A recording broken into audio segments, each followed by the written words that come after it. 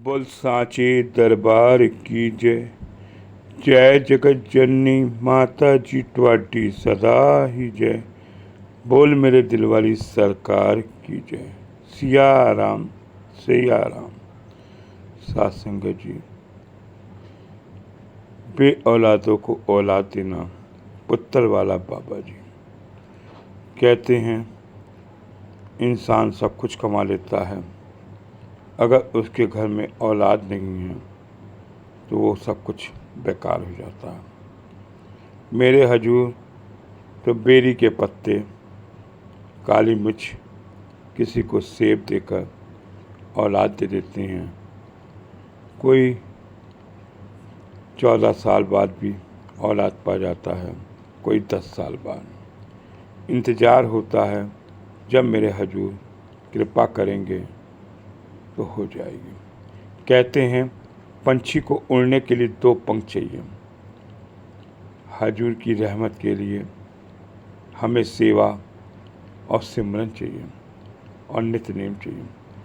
अगर हमने सेवा और सिमरन कर लिया तो हजूर बाबा जी से हम बहुत कुछ पा सकते हैं। आइए एक सुंदर सी साखी आपके सामने रखता हूँ। ये साखी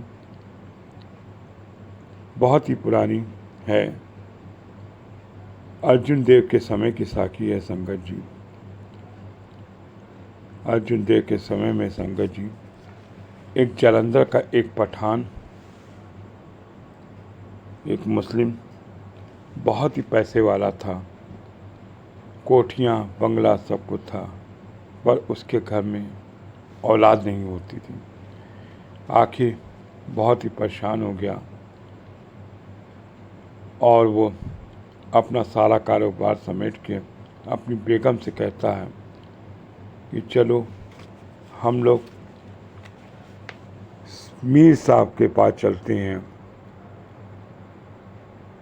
वो उस समय बहुत ही जाने माने सूफ़ी थे और उनका बहुत ही तेजस था। साहिब मीर साहब गुरु अर्जन देव जी ने जब अमृतसर में नींव रखी, बनने लगा, तो साहिब मीर साहब से उन्होंने नींव रखवाई थी। वो इतने सूफ़ी संत थे।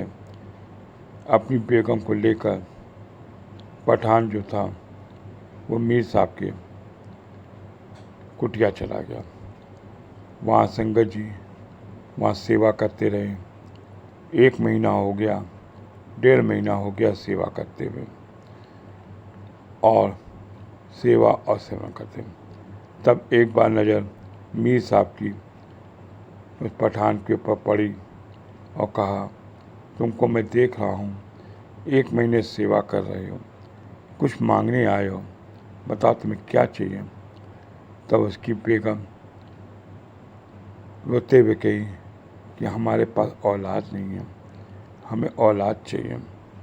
मीर साहब ने आंखें बंद करी। उसने कहा, नहीं, तुम्हें औलाद नहीं हो सकती है, तुम और कुछ मांग लो, क्योंकि तुम्हारे 7 जन्म तक कोई औलाद नहीं होगी।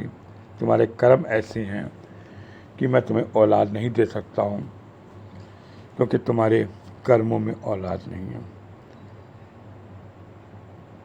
पठान और उसकी बेगम ये बात सुनकर निराश हो गए और तब उसकी बेगम कहने लगी, चलो इतनी दूर आए हैं तो हम लोग अमृतसर चलते हैं। गुरु रामदास जी का वहाँ बन रहा था। संगत जी वो अमृतसर आते हैं। उस समय अमृतसर का नींव रखी गई थी और सरोवर का काम हो रहा था। संगत जी लोग बड़ी सेवा कर रहे थे। वहाँ पर एक बुड्ढा जी थे, बुड्ढा मल जी थे, जो कि एक दूसरे को सेवा करवा रहे थे।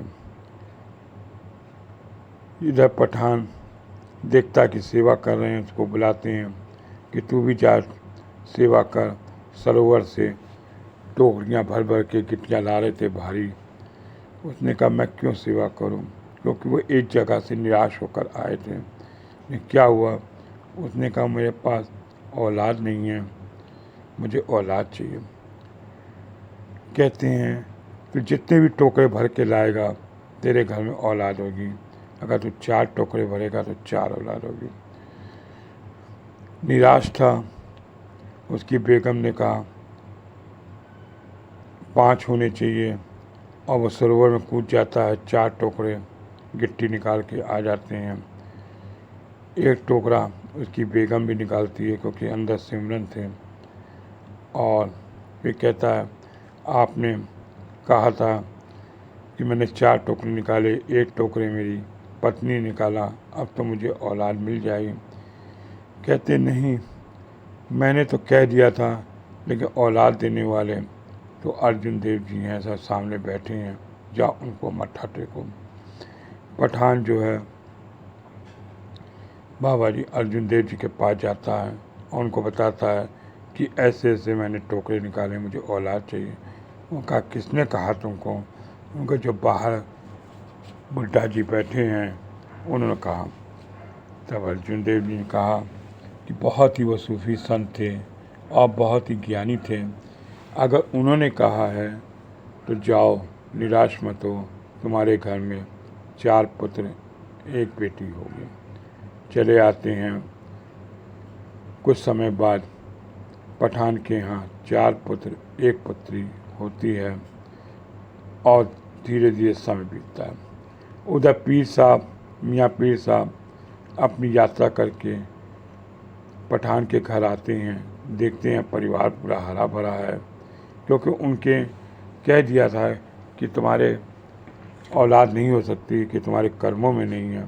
तब वो पूरी घटना से पूछते हैं क्या हुआ। तब पीर साहब को बताता है कि मैं अर्जुन देव जी के पास गया था अमृतसर में और उनसे पाया।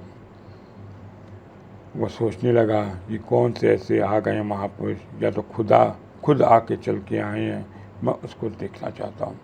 अपने घोड़े के सवार से वो बाबा अर्जुन देव जी के पास जाता है। जैसे ही मत्था टेकता है तो उसको लगता है खुदा तो खुद सामने बैठे हैं। उनसे कहता है मैंने तो इसकी किताबों में औलाद नहीं लिखी थी, आपने कैसे दे दी? कहते हैं इसके 7 जन्मों में औलाद नहीं थी, मैंने पहले इसके 7 जन्म काटे और 8वें जन्म पे मैंने इसको औलाद दे दी।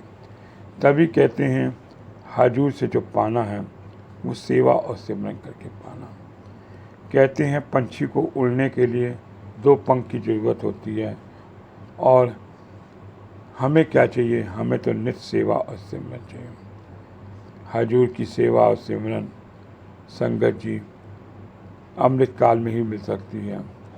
कई आपने देखा होगा, कई जगह बोर्ड लगा होता है कि दुकान खुलने का समय यही है। एक बार की बात है संगत जी, एक आदमी हजूर जी के पास आया और बड़ा ही रो रहा था। तब हजूर जी ने कहा कि बेटा एक समय होता है, काउंटर पे जब जाते हो रेलवे में तो गाड़ी आने से पहले आधा घंटा पहले टिकट मिलती है, लिखा रहता। आप अगर उससे पहले जाओगे तो नहीं मिलेगी।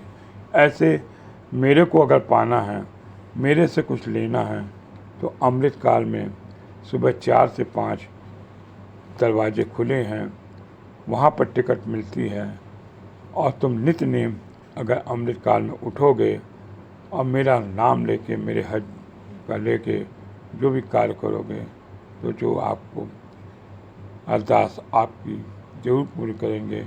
तभी तो संगत जी वो सुबह की किरणें जो हम लोग को मिलती हैं वो कहाँ मिलती हैं। संगत जी ऑनलाइन सत्संग जब से शुरू हुआ, हम लोग सुबह उठ के बिना अलार्म से उठ जाते हैं और एक मधुर आवाज़ सत्संग की शुरू हो जाती है, जो जुड़ता है वाकई लगता है, एक मिठास होती है और एक सत्संग का आनंद हमको मिलता है। जो भी हमें हजूर से पाना है उसके लिए हमें प्रातः सुबह उठना हो।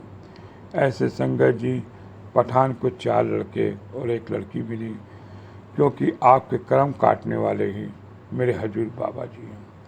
अगर हमने कुछ पाना है और कुछ सेवा करनी है तो उसके लिए हमें प्रातः ही उठना पड़ेगा और सेवा और सिमरन करना पड़ेगा, तभी हम कुछ पा सकेंगे। बोल सांचे दरबार की जय। जय जगत जननी माता जेठवाटी सदा ही जय। बोल मेरे दिल वाली सरकार की जय। सिया राम सिया राम।